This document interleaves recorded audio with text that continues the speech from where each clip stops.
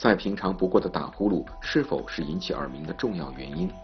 我听自己不到，我按理说我有点打呼噜，我自己不感觉。打呼噜有，不太严重，就是有时候觉得快睡醒的时候，一声呼噜能把自个儿弄醒了。我这做的这叫这个呼吸监测这个，然后这个呢，它这上显示我最长的呼吸暂停时间应该在59.5秒左右，等于是说从医学角度来讲，应该算挺严重的。困扰您多年的耳鸣，真的是由打呼噜造成的吗？解决了打呼噜的问题，耳鸣就真的可以消失了吗？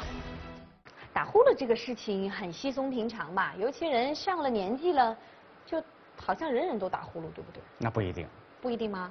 好像男女都打呼噜。也不一定，跟这个时代跟我们现在有关系。哦。打呼噜主要是跟我们现在的体重增加有关系。你看当年啊，我不知道你应该听过邱少云的故事哈。嗯。邱少云当时潜伏了3000人在敌人的眼皮底下。嗯。应该没有一个打呼噜的，因为打呼噜控制不住的哈。如果你碰上一个打呼噜，那这个整个基地就全完了，是这意思吧？对。所以当时3000人显然都很瘦。现在的那个情况不一样了，因为改革开放以后我们能吃饱了，刚才讲，一吃饱了以后呢，就容易长胖。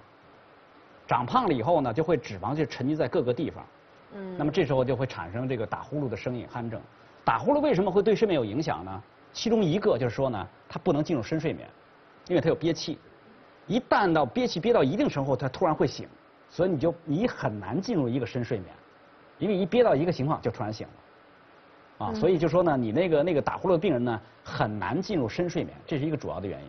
那也分打大呼噜跟小呼噜吧？不是打大呼噜小呼噜，跟声音的响度关联性不是太大，跟你是不是憋气有关系。那有人打呼噜不憋气吗？有，就是有些人只是呼噜打得比较响，但是他没有那个睡眠暂停，没有呼吸暂停，那这个问题不是太大。那么这个得要到那个呼吸内科，有的耳鼻喉科也会做这个睡眠监测，你会发现你会暂停多长时间，对你危不危险是吧？这个事情呢是挺重要的。那么所以对中国人来讲，特别是北方人，比南方人更常见，就是我们容易胖，一胖呢就打呼噜。